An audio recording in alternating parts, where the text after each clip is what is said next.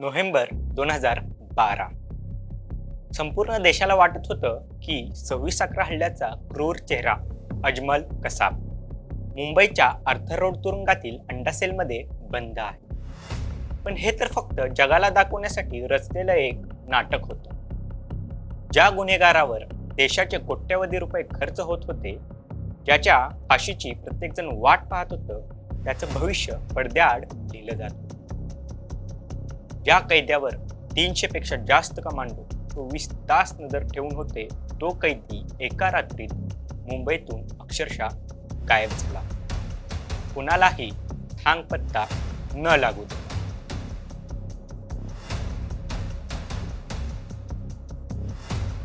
त्या दहशतवाद्याच्या अंताची संपूर्ण देश आतुरतेने वाट पाहत होता.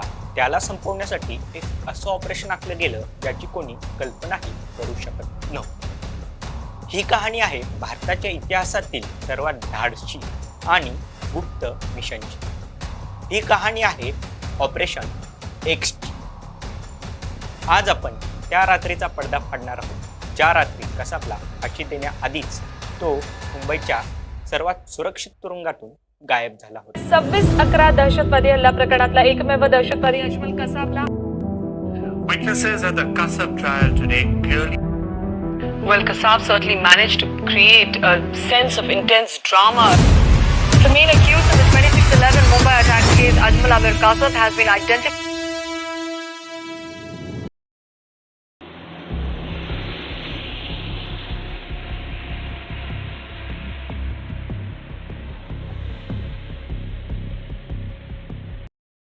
नोव्हेंबर 2008 मुंबईवर दहशतवादाचं काळकुट्ट सावट पसरलं होतं. 10 दहशतवाद्यांनी मिळून सुमारे 166 पेक्षा जास्त निष्पाप लोकांचे प्राण घेतले. या क्रौर्यातून फक्त एकच जण जिवंत सापडला. त्याचं नाव होतं अजमल कसाब. पुढची 4 वर्ष कोर्टात लढाई चालली आणि अखेर त्याला फाशीची शिक्षा झाली. पण ही शिक्षा फक्त कागदावर होती. तिची अंमलबजावणी करणं म्हणजे डोंगरा एवढ्या आव्हानांना तोंड देण्यासारखं होतं. आर्थर रोड तुरुंग जणू एका अभेद्य किल्ल्यात बदलला होता. कसाबला एका स्पेशल बुलेट प्रूफ आणि बॉम्ब प्रूफ अंडा सेलमध्ये ठेवलं होतं.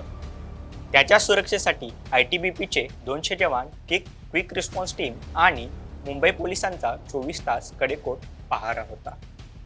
पण सरकारसाठी ही खर्चाची डोकेदुखी मुळीच नव्हती. आव्हानं तर वेगळीच होती. ती म्हणजे इतकी मोठी होती की संपूर्ण देशाला वेठीस धरू शकली असती. यातलं पहिलं आव्हान होतं की गुप्तचर यंत्रणांचा आलेला रिपोर्ट. कसाबला सोडवण्यासाठी किंवा ठार मारण्यासाठी तुरुंगावर दहशतवादी हल्ला होऊ शकत होता. यातलं दुसरं महत्त्वाचं कारण होतं की देशातील कायदा आणि सुव्यवस्था. फाशीच्या बातमीने देशात धार्मिक दंगली भडकू शकतात याची प्रचंड भीती होती. आणि तिसरं महत्त्वाचं म्हणजे आंतरराष्ट्रीय दबाव. या परिस्थितीत फाशी देताना एक छोटीशी चूक जरी झाली असती तरी जगासमोर भारताची मान खाली गेली असती. एकीकडे लोकांचा संताप वाढत होता, तर दुसरीकडे ही आव्हानं सरकारची झोप उडवत होती. सरकारला एक असा मार्ग हवा होता जिथे सापही मरेल आणि काठीही होणार नाही. याच गरजेतून एक अत्यंत गुप्त आणि धाडसी योजनेचा जन्म झाला. कसाबला फाशी तर द्यायची आहे, पण त्याचा कोणालाही सुगावा लागता कामा नये. या एका वाक्यावर संपूर्ण मिशन उभं होतं. 5 नोव्हेंबर 2012 रोजी राष्ट्रपती प्रणव मुखर्जी यांनी कसाबचा दयेचा अर्ज फेटाळला आणि फाशीचा मार्ग मोकळा झाला. आता केंद्रीय गृह मंत्रालय आणि महाराष्ट्र सरकारने एक अशा गुप्त योजनेवर काम सुरू केलं ज्याची कुंकूम वाऱ्यालाही लागणार नव्हती. प्रश्न होता कधी आणि कुठे.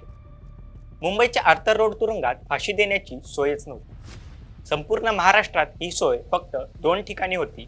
पहिलं म्हणजे नागपूर आणि पुण्यातील येरवडा तुरुंगात.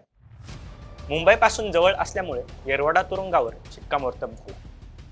तारीख ठरली 21 नोव्हेंबर 2012. पण सर्वात मोठं आव्हान होतं कसाबला मुंबई ते पुणे या 150 किलोमीटरच्या प्रवासात जिवंत आणि सुरक्षित पोहोचवणं. या संपूर्ण थरारक मोहिमेला एक सांकेतिक नाव देण्यात आलं, ऑपरेशन एक्स. हे ऑपरेशन इतकं गुप्त होतं की सरकारी आणि पोलीस दलातील बोटांवर मोजण्याइतक्याच लोकांना याची कल्पना होती. या टीममध्ये होते राकेश मारिया, देवेन भारती, हिमांशु रॉय आणि पुण्याच्या तुरुंग महानिरीक्षक मीरा बोरवणकर व काही निवडक अधिकारी. सर्वांना एकच आदेश होता, कमालीची गुप्तता. ऑपरेशन पूर्ण होईपर्यंत मोबाईल बंद ठेवून फक्त सॅटेलाइट फोन वापरायचे होते. योजनेतील सर्वात धक्कादायक निर्णय होता कसाबच्या सुरक्षेसाठी तैनात असलेल्या ITBPच्या 200 जवानांनाही या मिशनची कल्पना न देणे. कारण सरळ होतं, जेवढे कमी लोक तेवढी गुप्तता अधिक. 19 नोव्हेंबर 2012ची रात्र. मुंबई बाळासाहेब ठाकरे यांच्या निधनामुळे शोकमग्न होती आणि संपूर्ण पोलीस दल बंदोबस्तात व्यस्त होते. ऑपरेशन एक्स टीमसाठी हीच ती वेळ होती. मध्यरात्रीच्या सुमारास आर्थर रोड तुरुंगाच्या परिसरातून पोलिसांच्या गाड्यांचे अनेक ताफे सायरन वाजवत वेगवेगळ्या दिशांना सुसाट निघाले. माध्यमांना आणि संभाव्य हल्लेखोरांना वाटलं की कसाबला हलवलं जातं. पण हे सर्व ताफे बनावट होते, केवळ दिशाभूल करण्यासाठी रचलेल्या एक सापळा.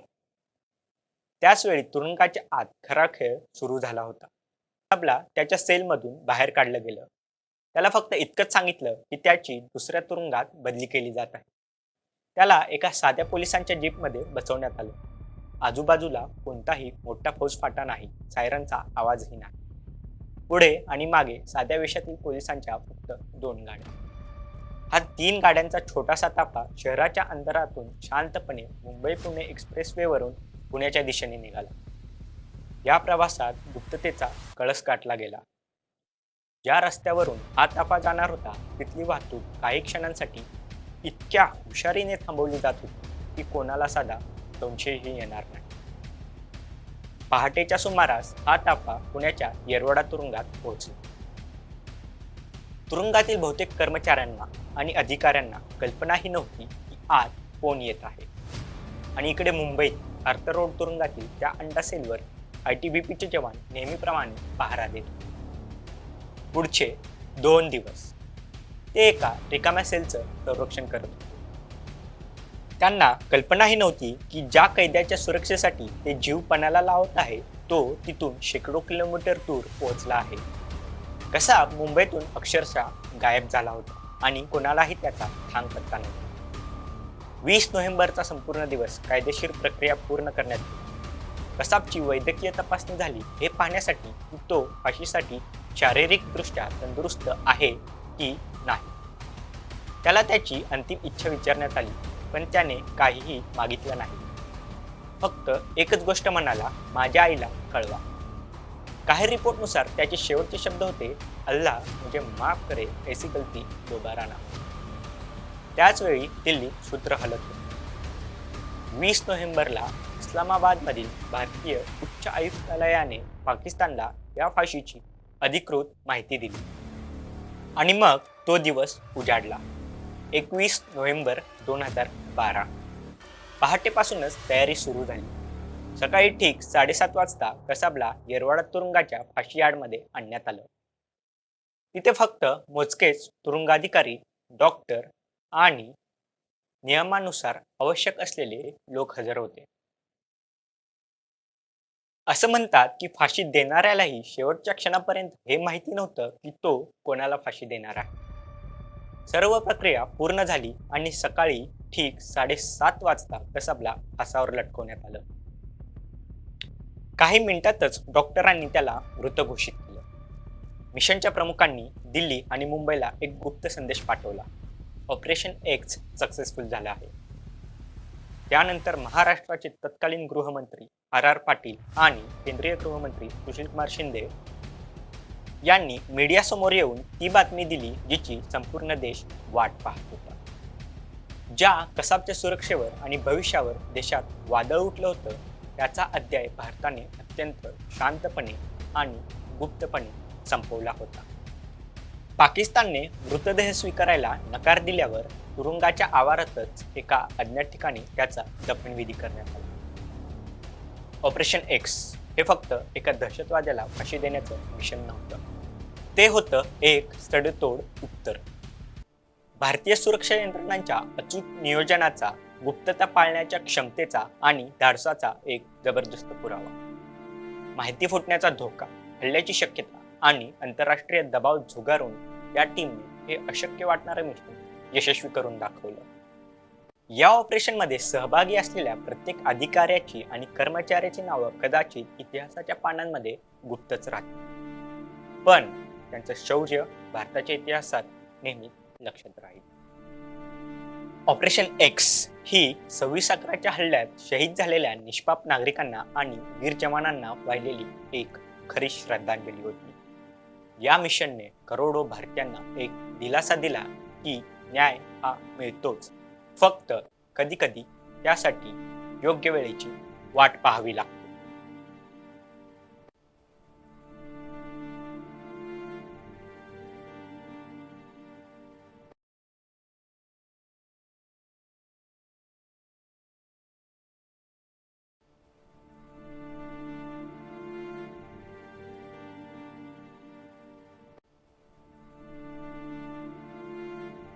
ही माहिती तुम्हाला महत्त्वपूर्ण वाटली असेल तर या व्हिडिओला लाईक करा आणि ही गोष्ट जास्तीत जास्त लोकांपर्यंत पोहोचवण्यासाठी शेअर करा आणि चॅनलला सबस्क्राईब करा.